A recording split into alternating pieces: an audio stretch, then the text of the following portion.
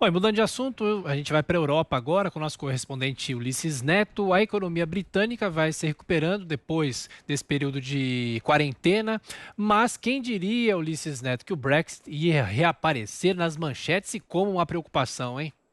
E com tudo, viu, Thiago? Porque agora entrou na reta final, né? O país tem poucos meses para negociar um acordo de livre comércio com a União Europeia, poucas semanas, na verdade, e ao que tudo indica, esse acordo não vai sair, não. Agora em Londres, meio-dia e 25 minutos, sexta-feira de tempo encoberto, sol entre nuvens, termômetros marcando 15 graus em Westminster.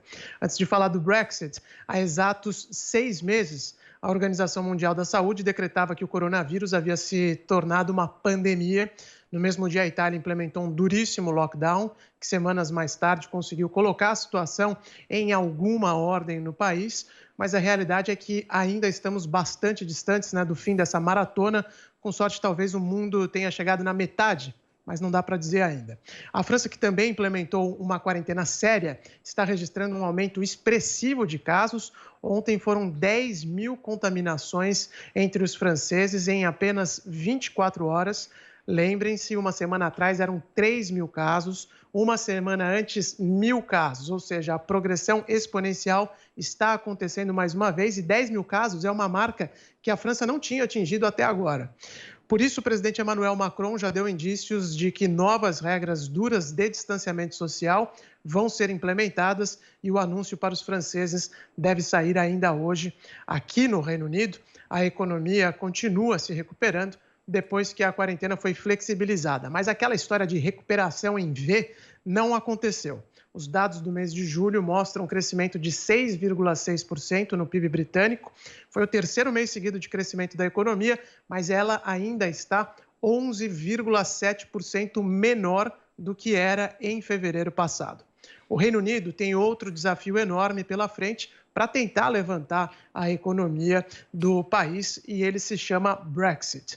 As negociações com a União Europeia para um acordo comercial, um acordo de livre comércio, continuam aqui em Londres, apesar do ultimato de Bruxelas. Os europeus não gostaram nada da legislação que foi proposta pelos conservadores, pelo primeiro-ministro Boris Johnson, que pode acabar revendo o acordo sobre a fronteira das Irlandas, da República da Irlanda, que é um país filiado à União Europeia, e a Irlanda do Norte, que pertence ao Reino Unido da Grã-Bretanha.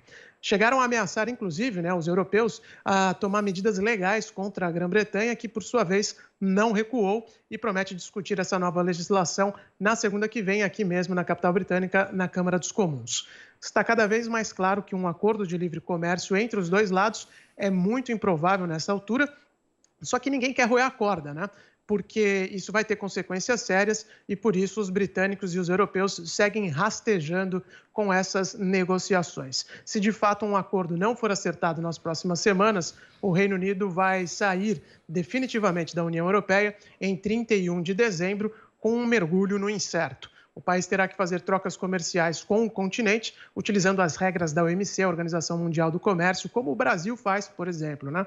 Só que o Brasil tem uma fração apenas da relação que o Reino Unido tem com a Europa e, por isso, ninguém sabe ao certo o tamanho das dificuldades que esse movimento capitaneado por Boris Johnson vai trazer para o país. Tiago.